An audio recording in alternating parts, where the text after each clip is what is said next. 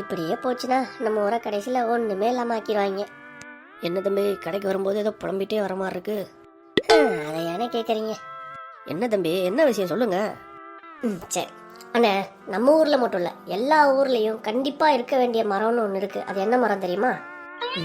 எல்லா ஊர்லேயும் கட்டாயம் இருக்க வேண்டிய மரமா? அப்படி என்ன மரம் தம்பி அது? அண்ணே என்னன்னு நீங்கள் இது தெரியாதா? எல்லா ஊர்லேயும் கட்டாயமாக இருக்க வேண்டிய மரம் பனை மரம். அது அந்த சுற்று வட்டாரத்தில் எங்கேயாவது நீங்கள் பார்த்துருக்கீங்களா? பனை மரம்லாம் சின்ன வயசில் பார்த்தது. இப்போலாம் எங்கே இருக்கு? இல்லைல்ல. ஏன் இல்லைன்னு தெரியுமா உங்களுக்கு? தெரியலீங்களே தம்பி, இப்படி திடீர்னு வந்து கேட்டிங்கன்னா எப்படி தெரியும்? சரி, பனைமரம் எதுக்கெல்லாம் யூஸ் ஆகுதுன்னா தெரியுமா? சரி இருங்க நானே சொல்கிறேன்.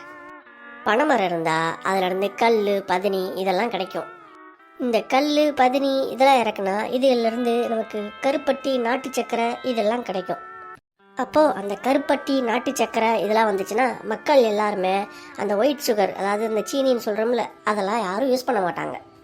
இப்போ இதை தான் கவனிக்கணும் நீங்கள். இதில் தான் விஷயமே இருக்குது. இந்த ஒயிட் சுகர் இதை யாரும் மக்கள் யூஸ் பண்ணலாட்டினா மக்கள் யாருமே ஆஸ்பத்திரிக்கே போக வேண்டிய அவசியம் இருக்காது. மக்கள் எல்லாரும் ஆஸ்பத்திரிக்கே போகலன்னா என்ன ஆகும்? எல்லா மருந்து கம்பெனியும் இழுத்து பூட்ட வேண்டியிருக்கும்.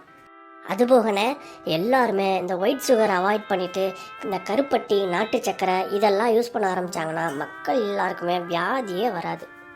வியாதிகளே இல்லாமல் மக்கள் ஆரோக்கியமாக இருந்தால் எதுக்கு இந்த ஆஸ்பத்திரிகளுக்கெல்லாம் போய்கிட்டு மக்கள் எல்லாரும் மகிழ்ச்சியாக சந்தோஷமாக இருப்பாங்க. ஆமாம் தம்பி, நீங்கள் சொல்கிறதும் ஒரு வகையில் சரிதான். ஒரு வகைகள்லன பல வகைகளுக்கு அது சரியாக இருக்கும். மக்கள் எல்லாரும் சந்தோஷமாக ஆரோக்கியமாக வாழ ஆரம்பிச்சிட்டாலே மது பழக்கம்லாம் குறைஞ்சிரும். குடிப்பழக்கத்தெல்லாம் மொத்தமாக விட்டுருவாங்க. ரொம்ப சரியாக சொன்னீங்க தம்பி.